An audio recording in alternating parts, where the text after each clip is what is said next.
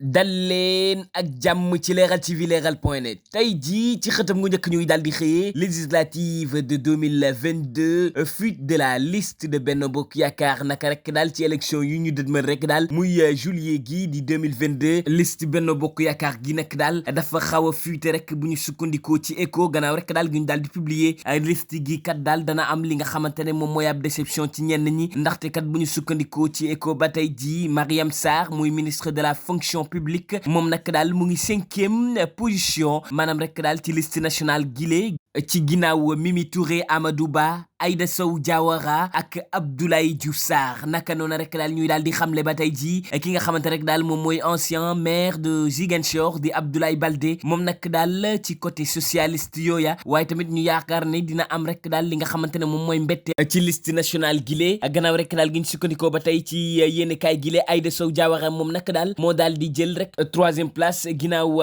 Aminata Touré ak ki nga xamante ne moom mooy Amadou Ba mu nekk rek daal comme forme de récompense gannaaw rek daal ci élection yi ñu génn maanaam élection locale yi waaye nag ba tey daa mel ni rek lu ci des ay neenal la ndax ki nga xamante ne moom mooy Yaya Diallo moom nag daal dañ ko daal di investir rek daal ci position bi nga xamante ne c'est éligible rek daal ngir mu jàll du am benn problème naka noonu rek daal daa mel ni Mame Bounama Sall moom nag amul chance gile secrétaire général des jeunesses socialistes daal ci ginnaaw liste googa lañ ko daal di teg rek daal ci position bi nga xamante ne ngir mu jàll daal dana daal di xuus bu baax a baax ki nga xamante ne rek daal mooy Cheikh Seck moom nag daal mu ngi 23e position ci liste nationale googa Yaya Diallo nag daal moom moo nekk 26e position ci liste googa waaye ki nga xamante ne mooy Bounama Sall moom nag daal dañ ko daal di sànni ba 40e position ñu xam ne rek daal liste bu fuite gile dana am rek ab frustration gi génn rek daal ci seeni côté ba tey jii ci xëtam gu njëkk ci Leral.net force de défense et de sécurité des augmentations de salaire de 75 000 francs à 400 000 grogne chez les manteaux naka noonu rek daal ñuy daal di xamle gannaaw rek daal gi ñu daal di yokkale ñenn ñi itamit fu mu ne nii Macky Sall rek daal muy président de la République dafa daal di rek daal yokkal ab salaire de prime rek daal ci lu toll ci 75 000 ba 400 000 ci ñi nga xamante rek daal ñooy homme de tenue yi ñenn ñi itamit ñu daal di xamle gannaaw gi ñu daal di augmenter ñenn ñi itamit muy jàngalekat yi maanaam les enseignants ak personnel de santé yooya waaye tamit ak agent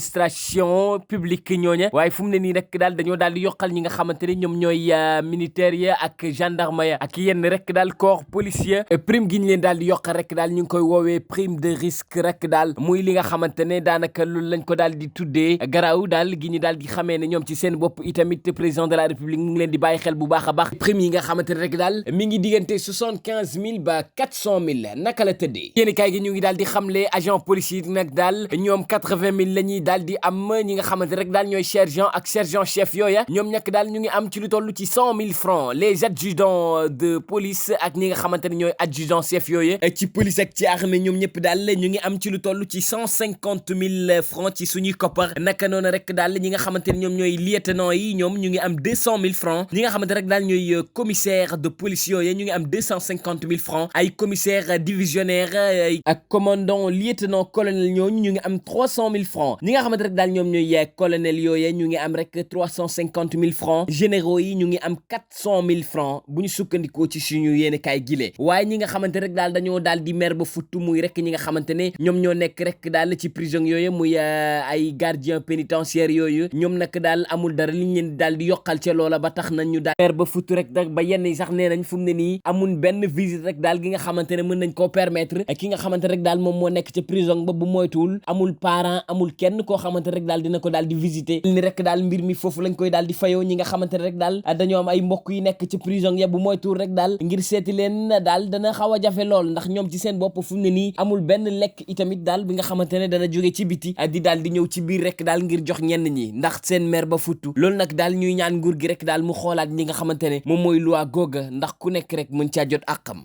ba tey jii ci xëtam gu njëkk ci leral.net court-circuit au bloc opératoire le Dantec toutes les interventions chirurgicales annulées naka noonu rek daal ñuy daal di xamle fële ca hôpital bu Dantec rek daal court-circuit moo fa daal di am ci bloc opératoire yooyu naka noonu moo tax rek daal nañu annulé bépp rek muy opération wala intervention chirurgicale lépp daal la ñu daal di teg ci suuf fu mu ne nii daal lépp mu ngi tagga témbe loolu lañ daal di xamle gannaaw rek daal gi ñu ko daal di nemmee ko fële ca bloc opératoire bu hôpital le Dantec daal loolu daal la ñu daal di xamle waaye nag daal lépp daal la ñu daal di arrêté fu mu ne nii intervention chirurgicale yëpp daal lañu daal di arrêté naka tey jii rek daal mën a amal loola ba noppi waaye rek à part li nga xamante rek daal moom mooy court-circuit googa amul leneen li itamit daal li ñu daal di nemmeeku muy ab accident wala li ni mel ci loola waaye tamit ñu daal di xamle fu mu ne nii mbirub santé daal xaw naa tàggatémbe bu baax a baax bu lakku rek daal ay court-circuit moo ko daal di am ndaxte itamit laaj gu samp woon ca loola muy est-ce que itamit ñi nga xamante ne jëloon nañ ay matuwaay ngir rek engagé ñi nga xamante ne ay professionnel lañ ngir rek daal ñu xool alimentation ak ni ni mel jaar na yoon ngir rek daal xeer yi gën a mën a dal ci hôpital yi lee ba tey jii ci xëtam gu njëkk ci leral.net victime d'un vol 890 millions de francs CFA dérobés au député Farba Ngom noonu rek daal ñuy daal di xamle député bii di Farba Ngom di maire bu Agnam itamit dañ ko daal di sàccal rek daal ci lu toll ci 890 millions ci suñu koppar naka noonu ñuy daal di xamle rek daal ni ni mel daal mooy rek daal ab càccin gi ñu daal di sàcc Farba Ngom fële ca këram gu ñu daal di sukkandikoo ci source a yooyu nag daal dossier googu dañ ko daal di jox rek daal gendarmerie section de recherche de la gendarmerie dossier googa ci seen loxo rek daal lañ ko daal di teg waaye ñoom nag daal yéexuñu sax ci mbir ma ndax lu gaaw rek daal teg nañ loxo ki nga xamante ne rek daal yaakaar nañ ni moom moo jël mbir ma muy rek ki nga xamante ne moom mooy Dee Diaw di ancien élément de la garde rapprochée maanaam rek daal bokk na ci garde rapprochée député bi di maire Agnam bi di Farba Ngom naka noonu rek daal loolu daal lañ daal di xamle dañ ko sàccal daal ci lu toll ak ci 890 millions ci suñuy koppar bi ñu sukkandikoo ci yéen kaay gilee ba tey rek daal ci xëtam bu njëkk ci leral.net drame de Tivaouane une infirmière et une aide infirmière arrêtées